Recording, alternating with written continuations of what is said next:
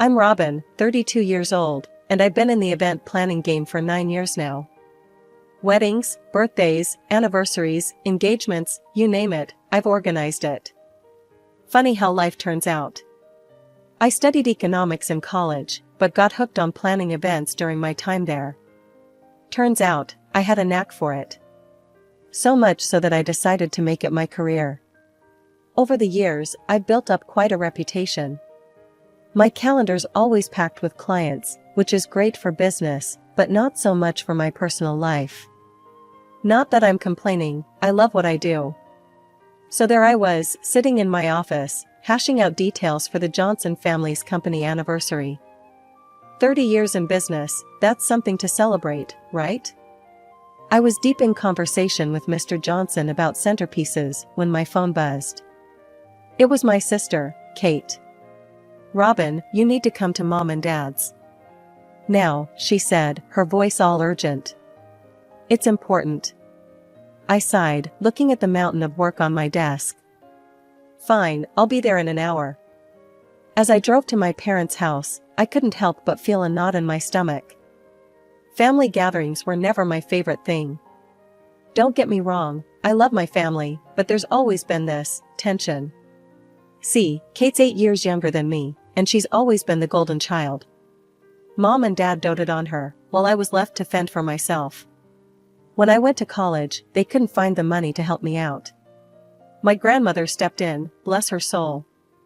But a few years later, they had no problem footing the bill for Kate's education and a fancy apartment. I tried not to let it get to me, but it stung. Over the years, I'd learned to keep my distance. It was easier that way. I pulled up to the house and took a deep breath before knocking. Mom answered the door with a smile that didn't quite reach her eyes. "Robin, honey, come in. Everyone's in the living room." I walked in to find Dad and Kate sitting on the couch. Kate jumped up, practically bouncing with excitement. I raised an eyebrow. "What's the big emergency?" Kate clapped her hands together. "Well, I have a surprise. But first, promise me you'll help, okay?" I looked at Mom and Dad, who were both smiling encouragingly. Against my better judgment, I nodded. "Okay, I promise. Now what's going on?" Just as I was about to press Kate for more details, the front door opened. In walked a guy who looked a bit younger than me, all smiles and charm. Kate bounced over to him, linking her arm through his. "Robin, this is Mark, my fiancé." I blinked, caught off guard. "Oh, nice to meet you, Mark." We shook hands, and I turned back to Kate. "So, this is the big news? You're engaged?" Kate nodded enthusiastically. "Yes, and that's why I called you here. I want you to plan our engagement party." I felt my stomach drop. "Kate, I appreciate the thought, but I'm swamped with clients right now." "I don't think." Dad cut me off. "Now, Robin, this is your sister we're talking about. Surely you can make time for family instead of strangers." I bit my tongue, fighting back the urge to remind him how little time they'd made for me over the years. Mom chimed in, her voice sickeningly sweet. "Honey, it's your duty as a sister. Kate deserves the best, doesn't she?" I looked at Kate, who was practically vibrating with excitement. "It has to be perfect, Robin. I mean, I deserve the best, right?" I felt trapped. Every instinct told me to say no, to stand my ground. But years of family dynamics kicked in, and I heard myself agreeing. "Great," Kate clapped her hands. "And of course, you'll do it for free." "That's not a problem, is it?" I froze.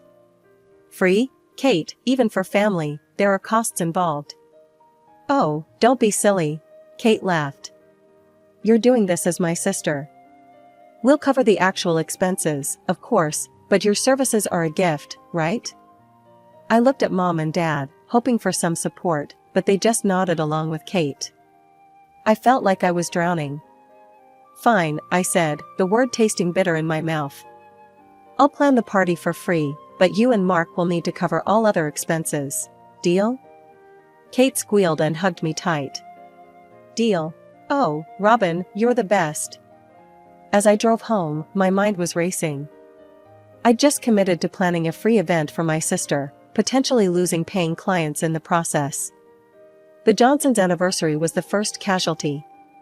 I called them as soon as I got home. "Mr. Johnson? It's Robin. I'm so sorry, but something's come up with my family, and I won't be able to plan your anniversary party after all." There was a pause on the other end of the line. "Oh, I see. Well, these things happen, I suppose." I could hear the disappointment in his voice, and it made me feel even worse. I have a colleague who's excellent at event planning.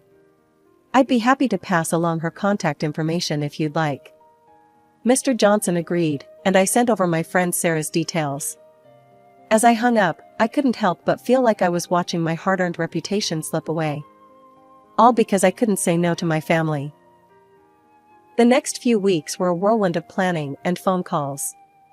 I threw myself into organizing Kate's engagement party with the same dedication I gave to all my events. Maybe even more, if I'm being honest. There was a part of me that wanted to prove something, to my family, to Kate, to myself. I was determined to make this the most spectacular engagement party ever.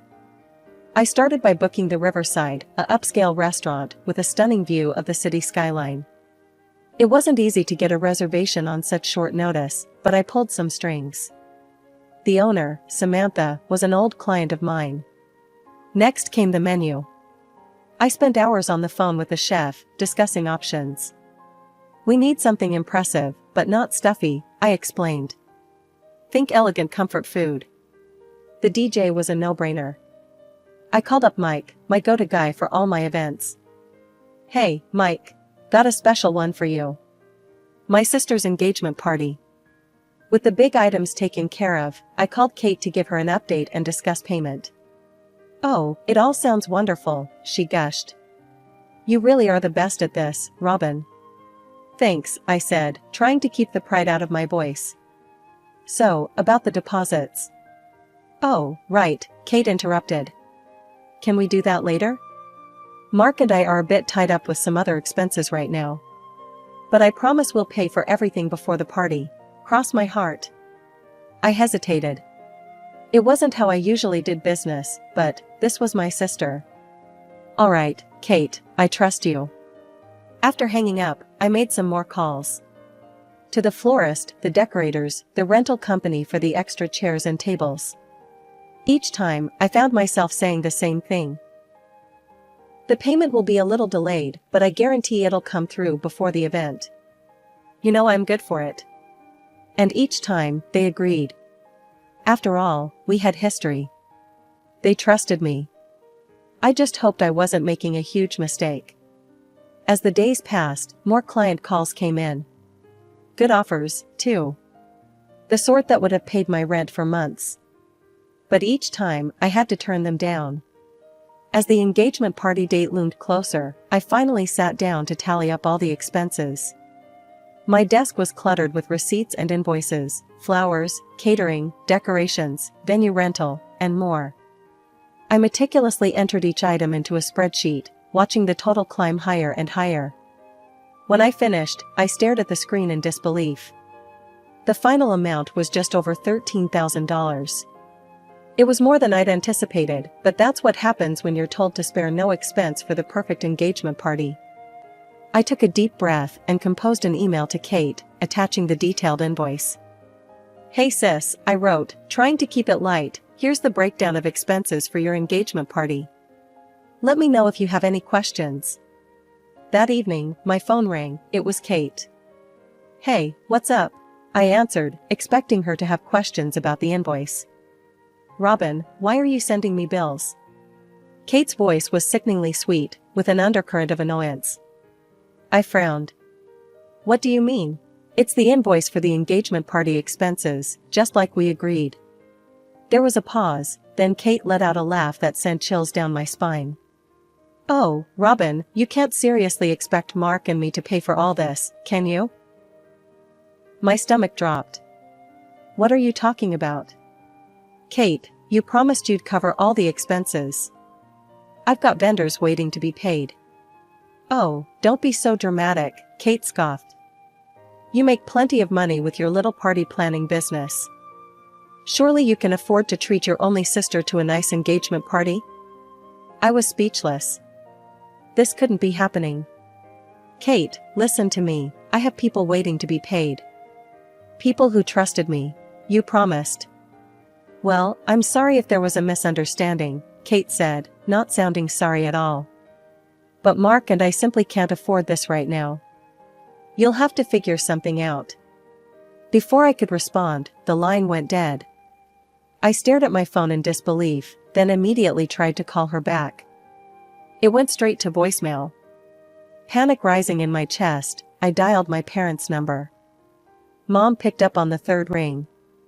Robin, is everything okay? I took a deep breath, trying to keep my voice steady. Mom, we have a problem. Kate is refusing to pay for her engagement party expenses. Can you please talk to her? There was a long pause. Oh, honey, Mom finally said, her voice full of disappointment. Why are you trying to charge your sister for her own engagement party? That's not very nice of you. I felt like I was losing my mind. Mom, that was the agreement. I'm doing all the work for free, but Kate and Mark were supposed to cover the actual costs. I have vendors waiting to be paid. Now, Robin, Dad's voice came on the line, I was on speaker. You know your sister doesn't have that kind of money. But you're doing well with your business. Surely you can handle this as a gift to Kate. I couldn't believe what I was hearing. Dad, it's $13,000. I can't just. $13,000? Mom gasped. Robin, how could you spend so much? That's ridiculous. You told me to make it perfect, I shouted, my composure finally breaking. You said Kate deserved the best. Don't raise your voice at us, young lady, Dad said sternly. The fact is, you agreed to do this for your sister. If you've overspent, that's on you. You'll just have to figure it out. The conversation devolved from there. No matter what I said, my parents refused to see reason. In their eyes, I was the villain, the successful older sister, trying to ruin her little sister's special day over money. By the time I hung up, I was shaking with anger and disbelief. I looked at my computer screen, the invoice still open. $13,000. Money I'd promised to people who trusted me. Just then, a notification popped up on my phone. It was from Kate's social media account. With trembling fingers, I tapped the link, and what I saw made my blood boil. There was my sister, beaming at the camera, her post gushing about the upcoming engagement party. Can't wait for tomorrow, she wrote. We've spent so much to make it perfect. It's going to be amazing. Something inside me snapped. The anger, frustration, and hurt I'd been bottling up for years came rushing to the surface. Before I knew what I was doing, I had my phone in hand, dialing the restaurant. Samantha, it's Robin, I said, my voice surprisingly calm. I'm sorry, but I need to cancel tomorrow's event.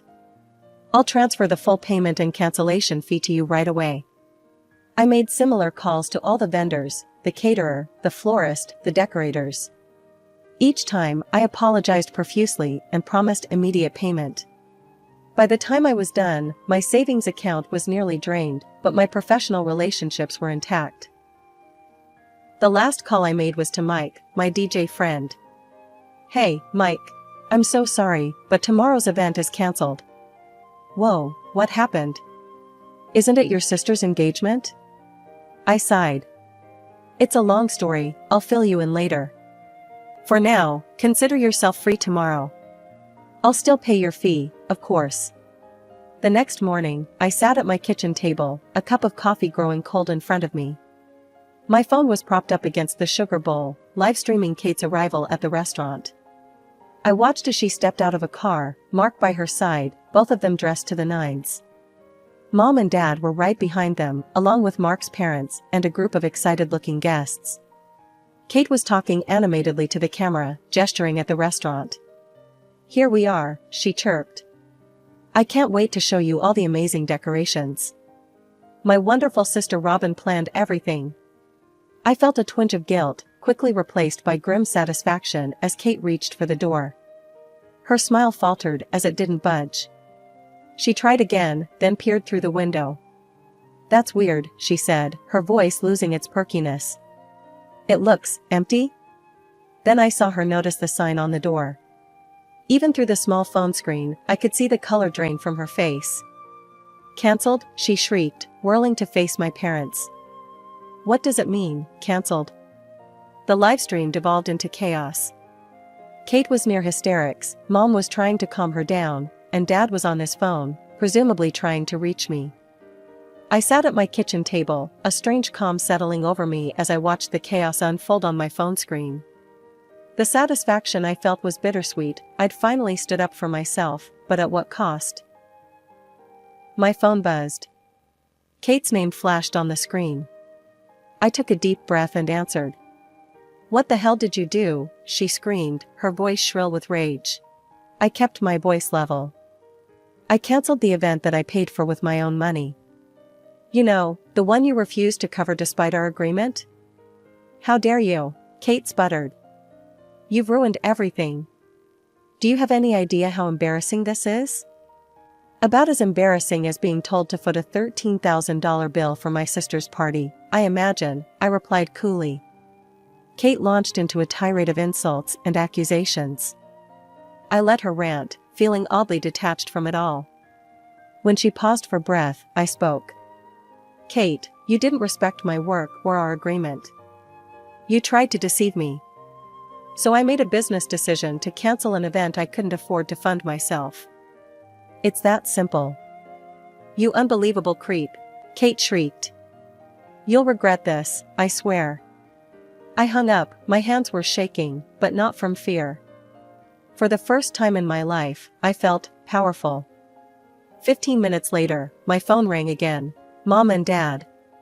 "Robin Elizabeth," Dad's voice boomed as soon as I answered. "You've humiliated your sister and this entire family. How could you be so selfish?" I laughed, a short, bitter sound. "Selfish? That's rich coming from you too." "Watch your tone," Mom chimed in. "We raised you better than this. Your sister is devastated." "And I'm out $13,000, I shot back. "Did you even consider that?" "Oh, please," Dad scoffed. "You're doing well with your business. You could have helped your sister out. That's what family does." I took a deep breath. I was helping. I planned the entire event for free. But I can't just throw away thousands of dollars. "You're just jealous," Mom interrupted. "You're jealous of your sister's happiness because you're all alone. So you decided to ruin her special day out of spite." The accusation hit me like a slap. I felt tears prick my eyes, but I blinked them away. "You know what? I'm done with this conversation. I'm done with all of it." I hung up before they could respond. My hands were shaking as I set down the phone, but I felt a strange sense of liberation. Taking a deep breath, I opened my laptop and composed an email to Kate. "Kate, I expect full reimbursement for all expenses incurred for your engagement party. This includes catering, venue rental, decorations, and all other associated costs. The total amount is $13,247.89. I've attached a detailed invoice for your reference. If I don't receive payment within 30 days, I will be forced to pursue legal action to recover these funds. Robin." I hit send before I could second guess myself. Within minutes, my phone was buzzing with messages. From Kate. "You money-grubbing witch. How dare you threaten me? You'll never see a cent from me." From Mark. "Back off, Robin. You're making a big mistake. You have no idea who you're messing with." I stared at the messages, a mix of anger and disbelief washing over me. How had it come to this? How had my own family turned into such strangers? Just as I was considering my next move, my phone rang. It was Aunt Sarah, Mom's sister. I hesitated before answering, bracing myself for more accusations. "Robin, what on earth happened today?" Aunt Sarah's voice was concerned, not angry. I took a deep breath and told her everything: the agreement with Kate, the last-minute refusal to pay, the cancellation, and the aftermath. As I spoke, I felt a weight lifting off my shoulders. When I finished, Aunt Sarah was quiet for a moment. Then she said, "Oh, Robin, I'm so sorry you've been treated this way. You did the right thing, standing up for yourself." I felt tears prick my eyes at her understanding. "Thanks, Aunt Sarah. That means a lot. But there's something odd about all this," she continued. "Mark's family is quite well off. They own a chain of sports nutrition stores and several rental properties in the city. They could easily afford this engagement party." An idea struck me. "Aunt Sarah, do you happen to have their address?" 20 minutes later, I was pulling up to a large house in an upscale neighborhood. My heart was pounding as I rang the doorbell. Mark's mother answered, her expression guarded. "Yes, can I help you?" "Mrs. Johnson? I'm Robin, Kate's sister. I need to talk to you and your husband about what happened today." She hesitated, then nodded, leading me to a spacious living room where Mr. Johnson was waiting. "Please," I said, "I know you probably heard terrible things about me, but I beg you to hear my side of the story." They exchanged a look, then Mr. Johnson gestured for me to continue. I took a deep breath and told them everything, showing them the emails, the invoice, and the threatening messages from Mark and Kate. As I spoke, their expressions changed from skepticism to shock, then to anger, not at me, but at Mark. "We had no idea," Mrs. Johnson said, her voice tight. "Mark told us you demanded an exorbitant fee at the last minute and then cancelled when they couldn't pay." Mr. Johnson's face was dark with fury. "We gave that boy $30,000 for this engagement party. He said it was all taken care of." Mrs. Johnson reached out and took my hand. "Robin, we are so sorry for what you've been through. This is unacceptable behavior." Mr. Johnson was already on his phone, tapping away. "I'm transferring you the full amount you spent, plus an additional $5,000 for your trouble. It's the least we can do." As we talked more, I found myself warming to Mark's parents. They were kind, understanding people who seemed genuinely horrified by their son's actions. When I left their house, I felt lighter than I had in weeks. The money had been repaid, but more than that, I felt vindicated. Someone had finally listened to me and believed me. The weeks following the engagement party fiasco were surprisingly quiet.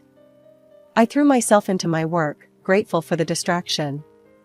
Slowly but surely, I felt like I was regaining my footing, both professionally and personally.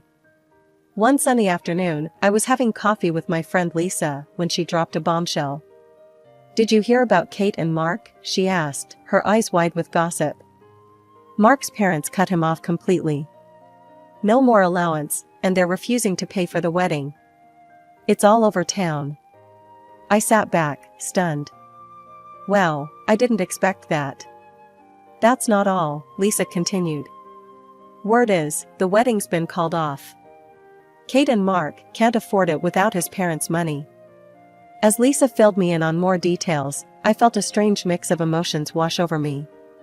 There was a small, petty part of me that felt vindicated, karma had finally caught up with them. But mostly, I just felt sad. Sad for the mess this had all become, sad for the relationships that had been irreparably damaged. Over the next few days, I pieced together more of the story from various friends and acquaintances. Mark's parents, true to their word, had taken a hard line on their son's deception. They'd not only refused to fund the wedding but had also cut off his monthly allowance. As for my sister and parents, I heard through the grapevine that they were blaming me for everything. In their eyes, I was the villain who had ruined Kate's perfect life out of jealousy and spite. It hurt, but I wasn't surprised. It was easier for them to point fingers than to accept their own role in this mess. Weeks turned into months, and I had no direct contact with my family. At first, the silence was deafening. I'd catch myself reaching for the phone to call Mom or text Kate, only to remember that those bridges had been burned. But as time passed, I found the silence less oppressive and more peaceful. I focused on rebuilding my business, reaching out to clients I'd had to turn down during the engagement party planning. Many were understanding, and I threw myself into their events with renewed passion and creativity. One evening, as I sat on my balcony watching the sunset, I reflected on everything that had happened. The pain was still there, a dull ache in my chest when I thought about my family. But alongside it was a new feeling, strength. I had stood up for myself, refused to be taken advantage of, and come out the other side. Yes, I'd lost my relationship with my sister and parents, at least for now. But I'd gained something invaluable, self-respect. I no longer felt like the family doormat, always giving and never receiving. I was Robin, successful event planner, woman who knew her worth. As for me, I was done being the family scapegoat. I was done apologizing for my success or diminishing myself to make others comfortable. The future was uncertain, but for the first time in a long time, I was excited to see what it held. I raised my glass to the setting sun, a toast to new beginnings. Whatever came next, I knew one thing for certain: I was ready to face it head on my own terms.